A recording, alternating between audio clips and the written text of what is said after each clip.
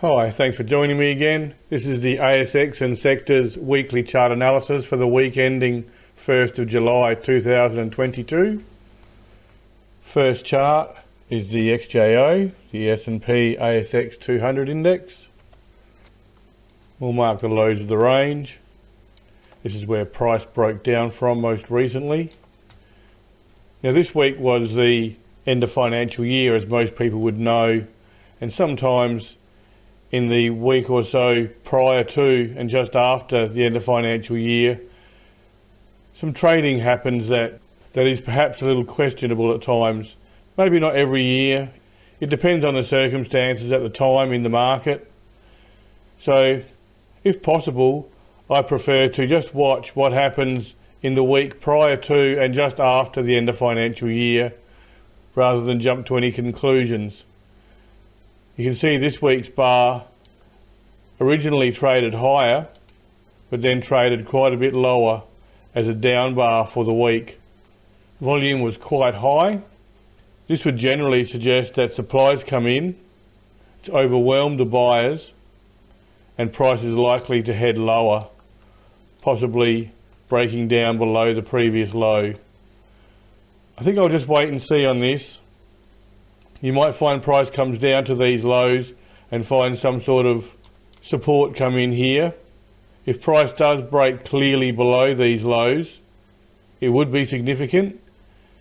But apart from that, I'll just wait and watch what happens next week for the most part. I imagine the next few charts will be very similar. The mid caps. Here's the lows of the range that we looked at. You can see how this market is trading considerably weaker than the XJO, the parent index. These are the lows here we'll now have to watch. A similar bar as the XJO. There's a good chance price will come down and test this level next week. I expect there's a strong possibility that will happen next week. Then we'll have to see just what happens at those lows.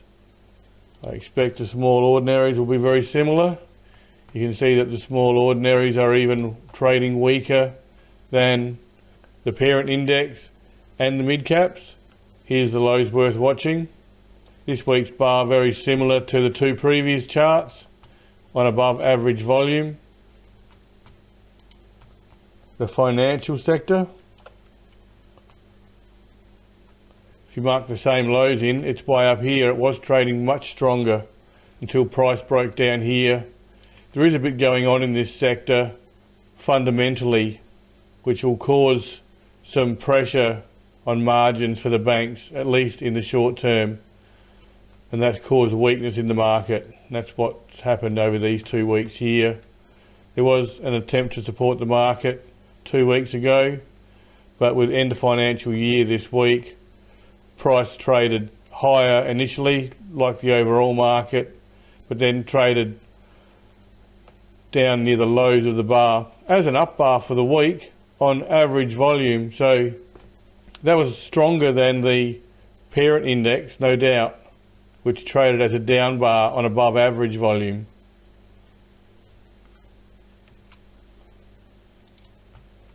Is the miners, represented by the metals and mining sector. This is a bit of a complex chart now. Here's the lows of the range. Price broke down last week, and there was an attempt to support the market this week. It's closed marginally lower at best. Price didn't really want to go down this week. It traded higher initially, but with the rest of the market, it traded lower into the end of financial year. So I'd suggest this market doesn't want to go lower. It will if it's forced to.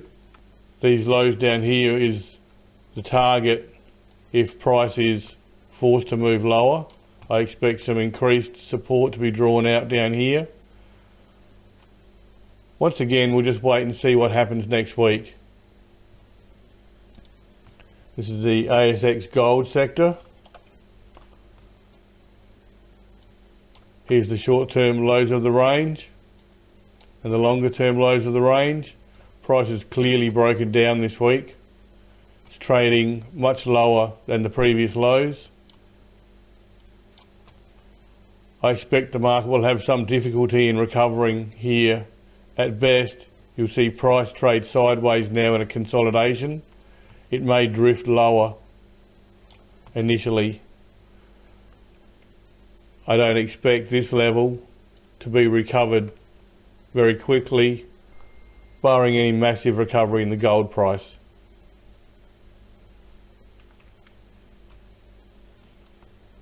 This is the energy sector. Here's the stronger lows of the range. This is the last gasp level. You can see price threatened to break down last week, and it moved higher with the rest of the market initially, but closed down towards its lows for the week as the financial year drew closer. Price is right at last gasp levels right now. A breakdown would likely see the lows of this bar, which was a much stronger bar on high volume, tested for strength. That would be like this. And I expect there would be some support drawn out from the congestion adjacent to that. This is healthcare.